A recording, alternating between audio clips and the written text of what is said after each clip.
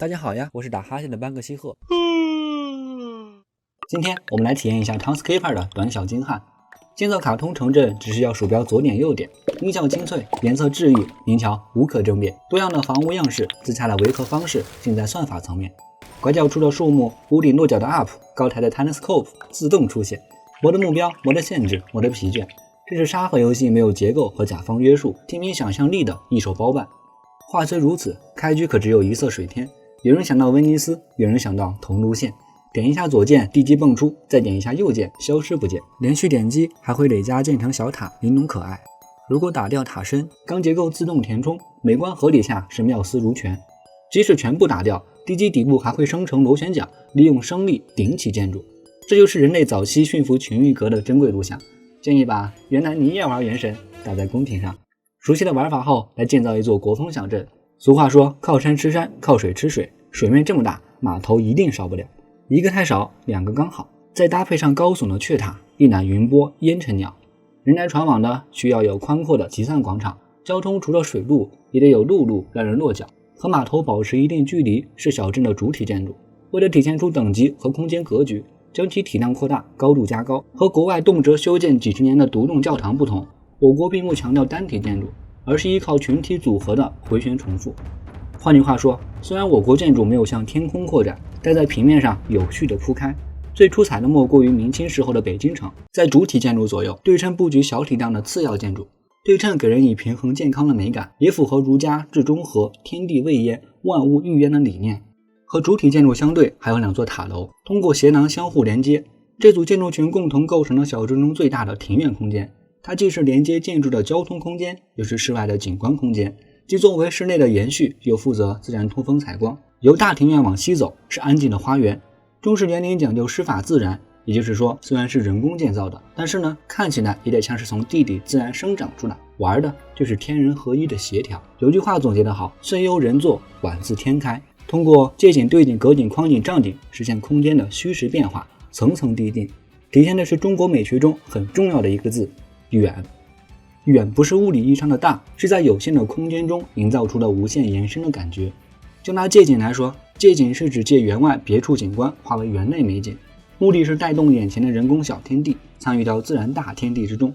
近可借轻松竹影，远可借霞气光辉，低可借金桂玉树，高可借碧波重山。借天借地，借山借水，借风借月，无所不借，无所不赏。大家有机会不妨借鉴一下。园林看完，向另一边走，进入万商云来的商业街。商业街的唯一目的是为了实现经济利益，但实现的方式并不是直白的把商店建在路两边，而是要提升游客的购物体验，激发购物欲。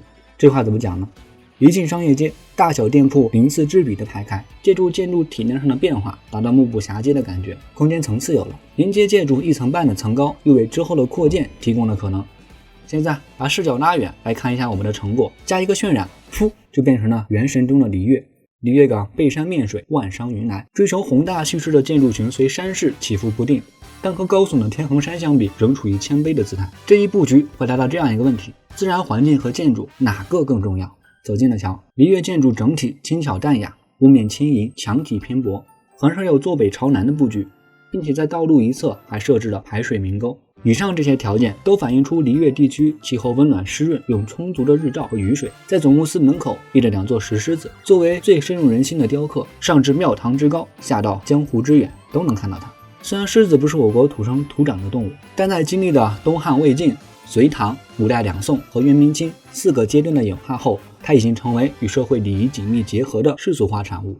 值得一提的是，早期的石狮子与真狮子具有较大差异，这是因为那时的石匠们并没有见过真狮子，于是就和出彩的建筑相比，璃月的花园显得过于一览无余，只是借助湖面廊道的遮挡进行虚隔，这导致花园空间并不含蓄，失去了在有限空间引出无限遐想的意境。当然也有可取之处，怎么理解呢？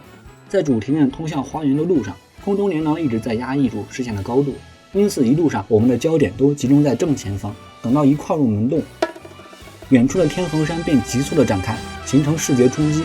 近处的布普卢和连廊又丰富了视觉层次。既然说到远景，不妨多说一句，皮法特大陆中的远景相当接近国画的风格，尤其是从隆基雪山往外飞的时候，真是一幅平远辽阔的山水画。众所周知，人是视觉的小动物，从茅厕土阶走向亭台楼阁，进步的不只是建材工艺，还有缤纷的颜色涂装。和蒙德城随处可见的石房子不同，璃悦更多采用木质建筑。琉璃瓦良好的防水性能可以保护木料不受雨水的侵蚀，工艺的进步又为琉璃瓦的上色提供了可能。比如粤海亭建筑群使用了红色琉璃瓦，飞鹰坡使用了蓝色、绿色琉璃瓦。作为供奉阎王香火的地方，以盐殿整体气势沉稳。屋顶采用尊贵的金黄色琉璃瓦，下层用台基增加建筑高度，台基石料为灰白色，和地面颜色保持一致，显得庄严肃穆。不知不觉中，璃悦在屋顶颜色上也遵从了我国古代的礼制。也许这正是璃悦谐音礼乐的重要原因。璃悦看完了，给我的感觉是既震撼又平和。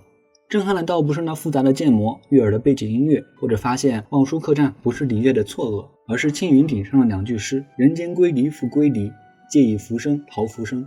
如果是还没接触过原神的同学，可能会把这两句理解为人世众生不断相遇又不断分离，想入世去逃避虚浮，却没料到人生本就是虚浮的。但如果玩了一段时间后，会发现归离其实是指一处名叫归离园的地点，而浮生则是一种会自动浮起的神奇石头。